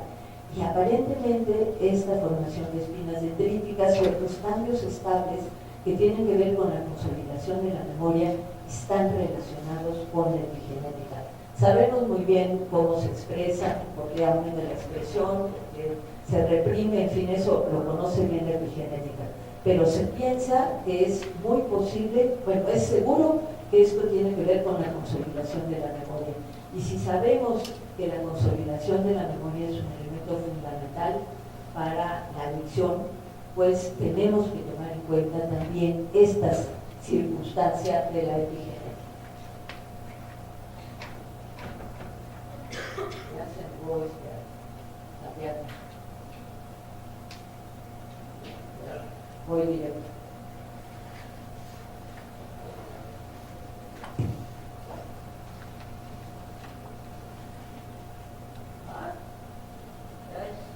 Tachamos esta de la lista, dice Cruz, por favor, ya me tachó de la lista y entonces ya no me servir. Bueno, mientras yo les platico mientras tú sigues. Ahora les voy a cambiar un poco del tema y voy a hablar de otras drogas que son muy muy interesantes, que son las drogas psicodélicas, las drogas alucinógenas. Esas drogas alucinógenas crean alucinaciones, pero no se ven imágenes nuevas ni personajes nuevos, sino simplemente hay como una exacerbación de los sentidos. Ustedes están muy jóvenes para conocer ese libro que fue muy famoso en los tiempos, que se llamaba Las puertas de la percepción, de Aldous Huxley. Él, con base en su experiencia con las drogas psicodélicas, decía que había una exacerbación de los sentidos, los sonidos más profundos, los colores más brillantes, las texturas más ricas. Eso causan las drogas psicodélicas. Y también sabemos bien cómo actúan, a qué nivel molecular actúan las drogas psicodélicas. Pero pues con ese tipo de experiencias, pues uno se plantea si la creatividad, la creación artística están también en el cerebro. Bueno, yo no me lo planteo, evidentemente están en el cerebro, pero ¿cuáles son los mecanismos de la creatividad? Y entonces es posible que estas drogas psicodélicas nos ayuden a entender y a dar respuesta a este tipo de preguntas que son todas muy interesantes. La creatividad es una, o los creadores de música o de pintura tienen, a mí no me cabe duda que tienen distinto su cerebro en ciertas zonas y en ciertos neurotransmisores, pero este tipo de preguntas los puede resolver y los resolverá en algún momento el estudio de la neurobiología. Por ejemplo, se ha relacionado la creatividad con la dopamina. En primer lugar, hubo este caso muy conocido del pintor del siglo XIX que pintaba gatitos, ven ustedes, ilustraba cuentos con gatitos muy simpáticos y tenía pues mucho éxito en esta labor. Al hombre le dio un cuadro aparentemente de esquizofrenia y siguió pintando gatitos. Pero vean ustedes qué explosión de creatividad le causó el tener esta alteración seguramente de la dopamina. Entonces, en otra zona y a través de quizá de otros neurotransmisores, no de los mismos neurotransmisores, posiblemente dopamina, serotonina, es que puede haber la diferencia en el proceso creativo de los individuos. Es una propuesta muy interesante y las drogas psicodélicas pueden ser útiles en este sentido. Sabemos muy bien en dónde actúan las drogas psicodélicas en términos de neurotransmisor. Ahora les voy a mostrar. Pero vean ustedes cómo mediante estudios de resonancia magnética funcional podemos ver cómo se prende el cerebro, cómo se activan las regiones del cerebro, distintas regiones del cerebro, de corteza sobre todo, durante el consumo de las drogas psicodélicas. Ahora es también muy interesante porque, según reportan los que consumen, el individuo se despersonaliza, es decir, se ve a sí mismo afuera. Entonces, uno de los problemas más interesantes y más difíciles de resolver de la neurobiología es el problema de la conciencia, bueno, el problema del correlato neural de la conciencia. ¿En qué parte del cerebro está la percepción de yo, la percepción de mí y la relación mía con el entorno? Eso es la conciencia. Entonces, si las drogas psicodélicas en algún momento me hacen ver a mí afuera, o sea, yo ya no, si mi yo se está desdoblando, es muy posible que por ahí pueda haber una ayuda importante para resolver el problema de la conciencia, porque sí sabemos bien a qué nivel están actuando las drogas psicodélicas. Son bloqueadores del receptor a la serotonina. En algunas zonas en donde tiene que ver la corteza visual, en otras zonas del cerebro que sí están identificadas. Vean ustedes la serotonina, tiene todos estos subtipos de receptores. Y las drogas psicodélicas actúan sobre todo en estos subtipos. Entonces actúan como llaves falsas en esos receptores y eso es lo que causa la maravilla que reportan los que consumen las drogas psicodélicas, que empiezan a ver un mundo verdaderamente extraordinario, de una riqueza visual y sensorial en general extraordinaria. Entonces sabemos muy bien a qué nivel están actuando estas drogas, sobre qué neurotransmisor y sobre qué subtipo de neurotransmisor. Bueno, pues a mí me gusta siempre terminar estas pláticas y siempre es igual, hablando de un sentimiento, de un sentimiento de felicidad o infelicidad, que por supuesto también se genera en el cerebro, que es el enamoramiento. El enamoramiento es evidentemente un estado alterado de la conciencia, es como si estuviéramos bajo la influencia de estas drogas psicodélicas. El aire es más transparente, los colores son más brillantes, el cielo es más azul y todo lo que han dicho siempre los poetas. Pero también tiene que ver, es muy parecido a las drogas, al esquema general de funcionamiento de las drogas. Por ejemplo, es adictivo, evidentemente. Todos hemos experimentado lo adictivo que puede ser el enamoramiento. Estoy hablando de lo que se llama el amor romántico, si no, no tiene que ver con la atracción sexual, ni con una pasión que tenga así ese gran elemento de atracción sexual, sino ese amor romántico, que sí, evidentemente tiene algún elemento de atracción sexual, pero que básicamente es, pues ese high, se siente lo mismo que con las anfetaminas. Eso, pues, yo que probé anfetaminas ya me había enamorado 20 veces, es lo mismo, esa sensación de high que todos ustedes han sentido. Luego es específico, nos enamoramos siempre de uno, entre 20, generalmente peor, lo digo, pero es absolutamente específico. Ahora, a mí nunca me quedó duda, después de haber experimentado las dos acciones, de que el lugar del enamoramiento era el circuito mesolímbico cortical, sin duda. Lo que sí me causó más sorpresa es que hubiera dinero del NIH en Estados Unidos para financiar proyectos de la localización cerebral del amor romántico. Y bueno, dieron dinero, se hicieron los estudios, ninguna sorpresa, circuito mesolímbico cortical. Es exactamente el mismo sitio. Ahora hay cosas interesantes sobre este circuito. Déjenme ver. En primer lugar, no dura para siempre, afortunadamente, porque en el estado alterado de la conciencia que uno se encuentra en el enamoramiento, no se puede hacer gran cosa, como ustedes saben. Entonces no dura mucho tiempo, se desensibiliza, igual que hay tolerancia en el caso de las drogas, la memoria esa del amor exultante se va perdiendo con el tiempo, se va sustituyendo, si ustedes quieren, pero esa memoria no dura tanto. Y se ha calculado que más o menos en el grueso de la curva de distribución va a durar entre unos 3 y 6 meses. Luego ya, como les digo, se sustituye. O bien se reemplaza, como vamos a ver más adelante. Ahora, para ustedes que están jovencitos esto no tiene la mayor importancia, pero para otros no desaparece con la edad. Se mantiene, mientras que en los viejos pues hay problemas de memoria, de capacidad de resolución de problemas, en general de déficits intelectuales. Esta capacidad de enamoramiento persiste con la misma frescura que en un joven. Eso es muy interesante.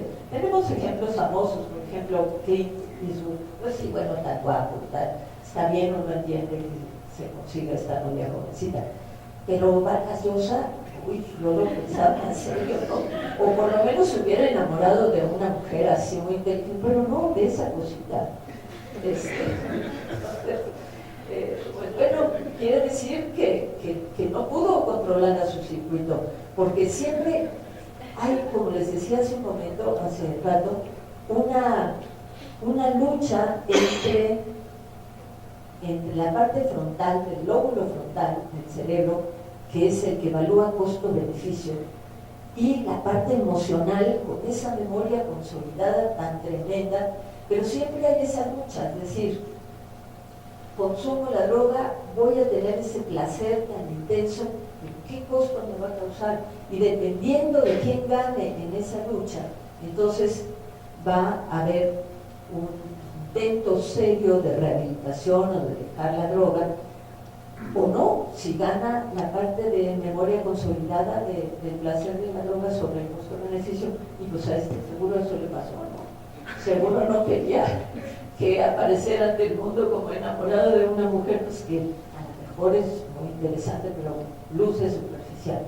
Bueno, entonces este circuito no envejece. Eso se ha visto mucho en los ancianatos, ahora que ya digamos es más costumbre que los ancianos vayan a vivir a lugares en donde hay ancianos. Bueno, se prenden las pasiones con la misma intensidad que cuando eran jóvenes. Muy interesante, muy bonito y esperanzador para gente como yo, claro. Ahora, otro efecto muy claro, otra similitud muy clara del enamoramiento y las drogas es el desamor.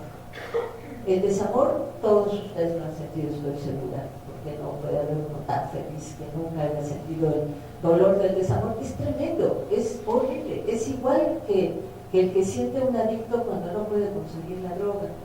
Entonces en esos momentos uno siempre pensaría, ojalá hubiera una pastillita para el desamor, sería maravilloso, se toma uno la pastilla y ya está muy contento. Pues no hay, y afortunadamente, porque como yo siempre digo, sería una tragedia para la cultura. Imagínense todos los poemas y las novelas que se han escrito al abrigo, pues, o inspirados por el desamor. La ópera, ¿qué les digo? La ópera, bueno, también, si no hubiera los males de amores, sería una tragedia. Y hasta las canciones rancheras y los boleros, sin desamor, sería una verdadera tragedia para la cultura. Ahora, los cambios son estables en el amor. La epigenética está jugando a un papel en el dolor del desamor. Bueno, a la pregunta esa de si se puede morir de amor, respondió el poeta cubano José Martí con un poema precioso, claro, siglo XIX, pero precioso poema que se llama La Niña de Guatemala. Entonces, aparentemente la Niña de Guatemala sí existió, tiene nombre y apellido, y a su tumba van a los enamorados a dejar flores y a hacerse promesas, y en fin. El José Martí sí la conoció en Guatemala, pero ya vivía en México en ese entonces y estaba comprometido con una mujer para casarse. Entonces se casó, regresó a Guatemala y el poema termina diciendo: él volvió con su mujer, ella se murió de amor. En realidad se murió de pulmonía, pero siempre es muy bonito pensar que se murió de amor. No se muere uno de amor. Entonces hay una solución muy sencilla para este problema del desamor. Ya no tiene uno ese amor, se busca uno rapidito. Y se acabaron los problemas. Muchas gracias.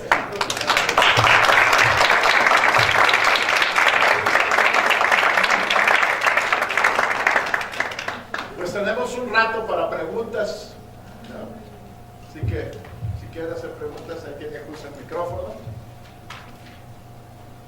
Buenas tardes. A ver, un segundito, tengo que aclarar algo. Yo tengo una cosa que se llama hipoacusia senil, que quiere decir que oigo muy mal. Entonces, a veces con las preguntas hasta necesito un intermediario como si me las estuvieran haciendo en otro idioma. Pero a ver, intento. Buenas tardes. Mi pregunta es la siguiente. ¿Dónde está la persona preguntando? Ah, sí. Podemos aprender todas las luces ahora si quieren. En cuanto al consumo de bazuco o crack, no sé, es igual de adictivo que la cocaína, pues porque creo que con el bazuco es mucho más adictiva, pues la manera en la cual se consume. También hay una muerte neuronal o simplemente... Perdón, ¿te puedes separar un poquito el micrófono a ver si oigo mejor? Porque con la reverberancia oigo menos. Perdón. Vale, con el consumo de bazuco... ¿El consumo de? De bazuco, crack. Ah. ¿También hay muerte neuronal o simplemente es igual que la cocaína? O sea, genera ese tipo de adicción. Pues porque se modifica la conducta de la persona que la consume. Pues generalmente son habitantes de calle los que consumen. No entendí nada, necesito traducción. A ver, ¿qué pasa con el crack? ¿Cuál es la diferencia en la adicción entre el crack y la cocaína inhalada? Pues no sabemos, justamente no sabemos. ¿Por qué unas drogas tienen, son más adictivas que otras? Justamente ese es el gran problema de la adicción. Pero en este caso, sobre todo la vía de consumo, ¿no? La vía de suministro, ¿no? Bueno, ustedes vieron que en cuanto a liberación de dopamina, no había diferencia entre la vía de administración. Es anfetaminas, pero los mecanismos son bastante parecidos a los de la cocaína y no había diferencia en la vía de administración. Entonces, si solo estamos pensando en la vía de administración, yo creo que no. Hay que buscar otro tipo de acción. Lo que pasa es que ese crack creo que es una sustancia, no es nada puro, tiene algunos otros cosas que la alteran, adulterantes. Entonces tendríamos que estudiar muy bien qué es lo que está haciendo, pero que yo sepa, no se ha hecho ese estudio con cuidado, porque todavía no sabemos bien cuál es el mecanismo de la adicción. Entonces, pues mejor nos vamos con las cosas que sí sabemos cómo actúan exactamente y no nos metemos a esta que puede ser más complicada porque puede tener otros elementos. Entonces, yo no conozco que se hayan hecho estudios particularmente, con excepción de este que les digo, donde sí se veía la diferencia en la administración. Evidentemente, por la inhalación, se parece mucho finalmente a la administración intravenosa, porque entra por el epitelio nasal y entra inmediatamente a la circulación. Ahora, están más cerca esas zonas del cerebro. El efecto tendría que ser más rápido, pero no más fuerte, si lo pensamos en la lógica de lo que se conoce. Entonces, la respuesta es no sé, pero yo creo que el que no haya tantos estudios relacionados con eso es porque no sabemos bien cómo actúa.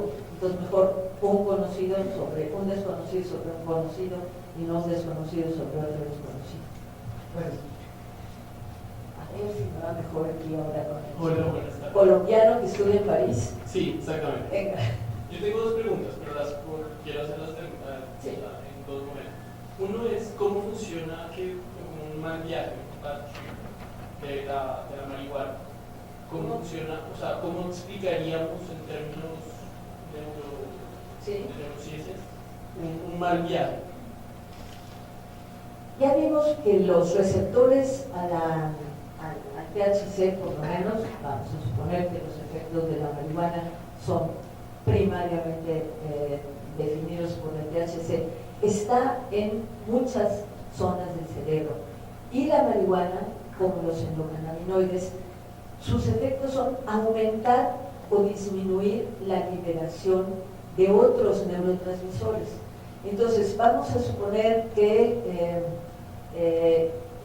este mismo circuito mesolímbico cortical está bajo la acción del freno, del GABA o de la aceleración del ácido glutámico, el estado previo del individuo haya sido diferente, es decir, que haya tenido ya muy bajos sus neurotransmisores, como en un estado depresivo, por así decirlo. No quiero decir que siempre un mal viaje va a venir en personas depresivas, no, pero es una posibilidad.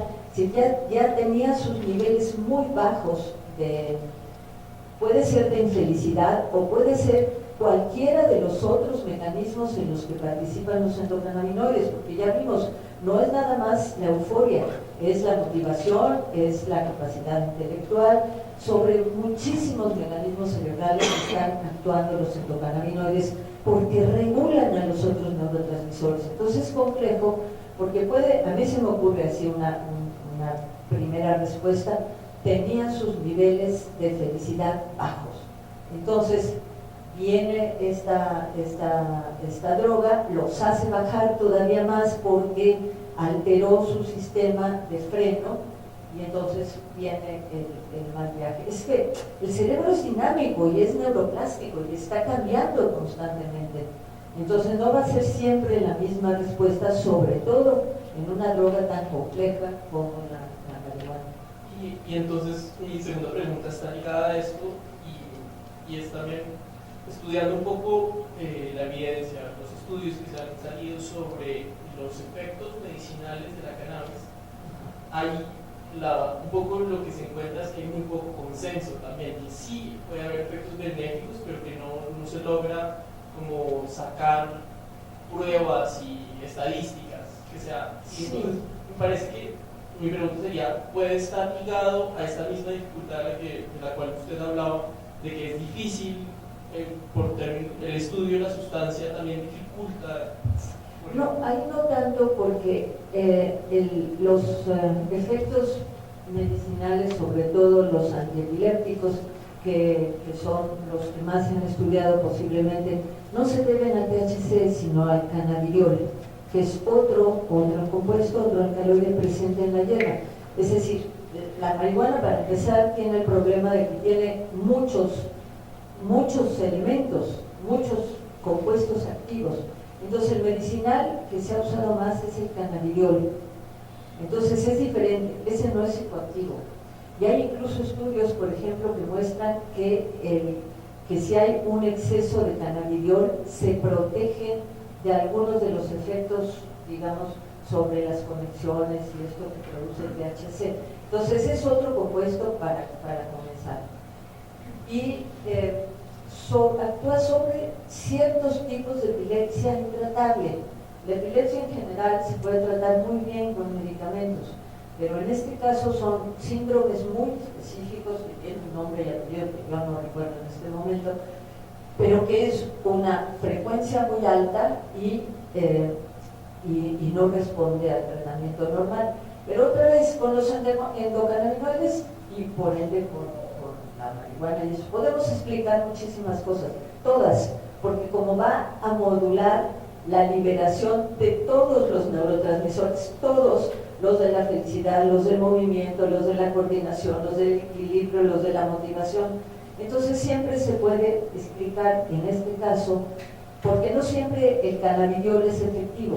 En algunos casos se necesita también el THC. Ese ha sido el problema para el uso medicinal. Si nada más fuera el cannabidiol, que no tiene acciones psicoactivas, pues bueno, ningún problema. Pero como también se necesita el THC, entonces sí es importante que se permita, digamos, el cultivo y el uso para fines medicinales. Pero seguramente tiene que ver con que aumenta la liberación de GABA, el freno, o disminuye la liberación de glutámico, el acelerador. De hecho, la epilepsia es un desequilibrio entre estos dos neurotransmisores. En algunos casos hay poco inhibidor y el movimiento. En otros casos hay mucho excitador y el inhibidor no alcanza a frenar el movimiento descontrolado. Entonces, seguramente tiene que ver con la liberación de alguno de estos. Yo no he oído, pero no quiere decir que no esté ya reportado, pero yo no he leído si el efecto del cannabidiol o el efecto de la marihuana completa o del aceite de la marihuana está subiendo el GABA, o sea, aumentando el freno, o está bajando el acelerador, pero tiene que ser en uno de esos dos extremos.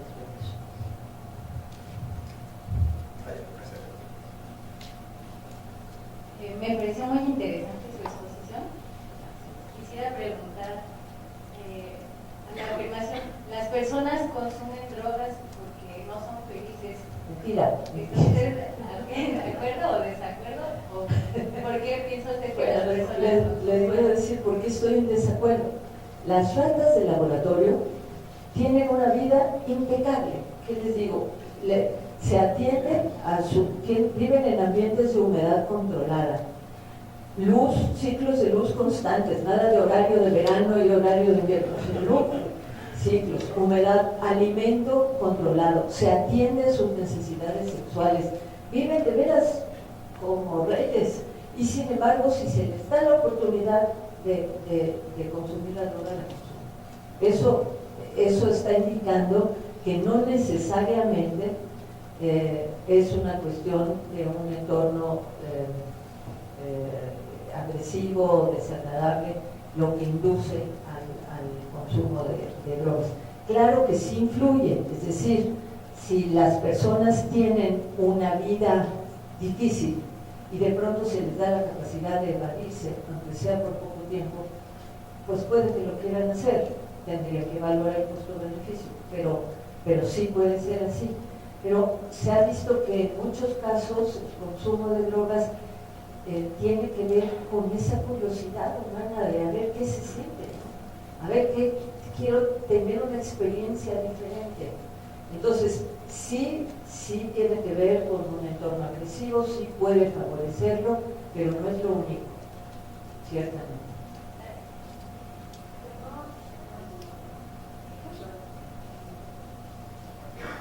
Ahora sí. Tengo una duda y no sé si a lo mejor por su experiencia conoce si hay algún estudio que esté relacionado con usuarios problemáticos de heroína y la relación con el uso de marihuana como la reducción de riesgo para ellos o sustituto. A ver, no sé si tu pregunta en general podría refrasearse como diciendo si la marihuana es puerta de entrada de otras drogas. No. O de salida. De salida, exacto. De salida puede que sí. Yo no sé si hay estudios o no hay estudios. Para heroína y morfina sí hay estos compuestos, estos antagonistas, es decir, sacan a la droga y se ponen en su lugar, que se han diseñado para controlar el dolor. Porque claro, en el caso del dolor físico, en el caso de la gente que tiene morfina y heroína, como están ocupando los sitios de las endorfinas, que son las que controlan el dolor físico, la adaptación del cerebro hace que ya no se sinteticen endorfinas, sino que se esté confiando en la droga que está llegando de fuera. Entonces, cuando se quita la morfina o la heroína, quedan desnudos esos receptores del dolor. Entonces viene una parte de dolor físico muy importante. Entonces para eso se han sintetizado compuestos que ocupan el receptor temporalmente, pero que no tienen los efectos ni de adicción ni de psicoestimulantes de la heroína y la morfina. Entonces los endocannabinoides pueden actuar, probablemente otra vez utilizando el mismo símil que he usado para las otras preguntas, pueden estar acelerando la síntesis de los endocannabinoides, la liberación, no tiene que ver con la síntesis, perdón, la liberación de los endocannabinoides, que la que haya se libere mejor y entonces se acelere el restablecimiento de que el organismo tenga su nivel normal de endocannabinoides. No he leído eso, pero con base en lo que sabemos, esta podría ser una explicación.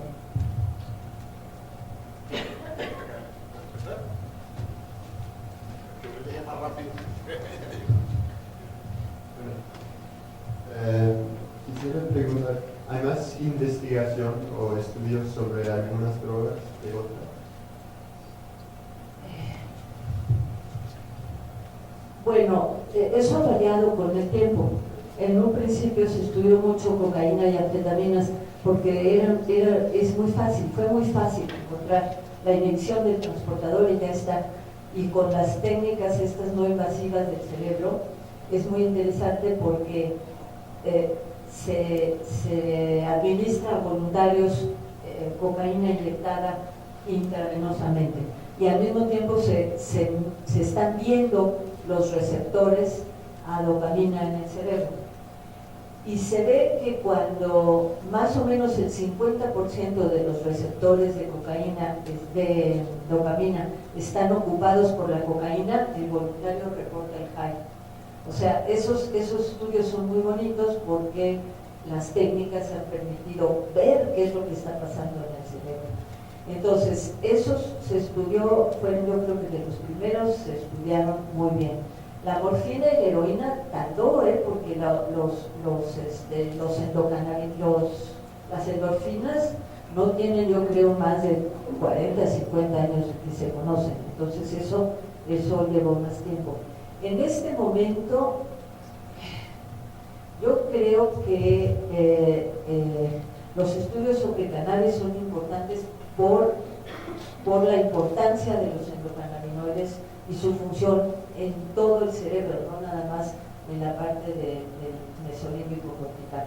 Por ejemplo, yo le contaba aquí a nuestro compañero antes de empezar que hay un reporte enorme de análisis de 10.000 artículos sobre cannabis, artículos científicos sobre cannabis, 10.000, que examinaron grupos de las academias científicas más importantes de Estados Unidos y se dieron a la tarea primero de ver si los artículos eran científicamente válidos o no.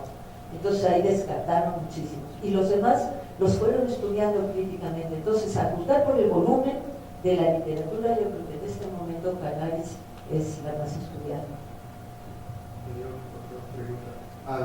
¿Qué foros o mecanismos existen para comunicar la ciencia a los políticos, a los que escriban? Uy, ahí sí, el problema es muy importante porque los políticos, en primer lugar, pues velan por sus intereses. Miren, aquí tenemos el caso en México de que en algún momento, cuando hubo una resolución judicial que aceptaba el uso, el consumo, cultivar la marihuana para uso personal, se abrió un debate muy importante y hubo foros, muchos, varios, yo participé en varios, sobre la posibilidad de regular el uso del cannabis en México. Y los políticos estaban muy receptivos. Yo no sé si concuerdas conmigo. El secretario de Gobernación, yo hablé con él, estaba muy receptivo. Vinieron las elecciones y el partido en el poder perdió muchas gubernaturas y dijeron que en parte había sido porque se hablaba de esta política de posibilidad de regular la marihuana. Entonces, si ustedes lo ven desde el punto de vista científico, no hay duda de que los consumidores de marihuana no son enfermos. Es una falacia que digan que es un problema de salud pública. No es un problema de salud pública, los consumidores no están enfermos. Solo cuando hay adicción, entonces sí es un problema. Pero la adicción a marihuana, 1 de 10, poquísima. El consumo de otras drogas en México, bajísimo. O sea, no es un problema de salud pública. Yo creo que es un problema de que la opinión general no está suficientemente informada. La gente no está suficientemente informada de qué es lo que pasa con las drogas.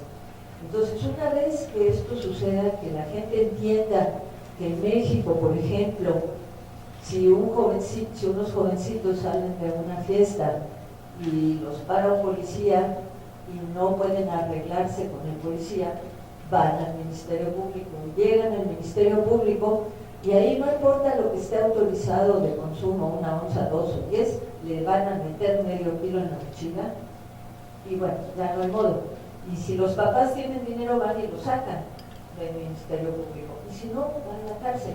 Cuando las mamás, que son, creo, las más preocupadas en general, se enteren de cuáles son las consecuencias potencialmente malas para el consumo de marihuana versus este tipo de cosas, van a entender cuando la gente sepa el mal que causa el cemento y los inhalables versus los efectos potencialmente nocivos de la marihuana, van a entender. Yo me he atrevido a decir en escuelas preparatorias de entornos difíciles que es mejor que los jóvenes tengan sus 3 macetas de marihuana y usen el cemento. Entonces es un problema de información y es obligación nuestra llegar a los lugares a donde pueda difundirse la información. Pero los políticos siempre van a considerar sus intereses políticos. Hola. Hola. Hola. Verde, que quede verde. Sí. Hola, ¿se escucha? Sí. No, bastante ya respondida porque le iba a preguntar su opinión en base a toda esta evidencia empírica frente a la cuestión de cómo se han ido legalizando ciertas drogas e ilegalizando otras ya desde hace 50 años, ¿no? Desde la Organización Mundial de la Salud y demás. ¿Cuál era su opinión? Está bastante respondida. Sí, el punto es que hay drogas muy malas y otras drogas menos malas. Entre las muy malas están los inhalables. ¿Para qué, María? Después. Sí, tengo la siguiente pregunta.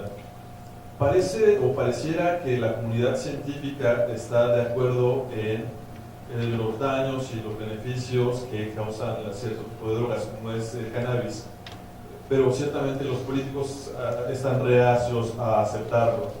Mi pregunta es si hay parte de la comunidad científica que no esté de acuerdo o vaya en contra o todavía argumente que es todavía más nocivas las drogas de lo que otra mayoría opina.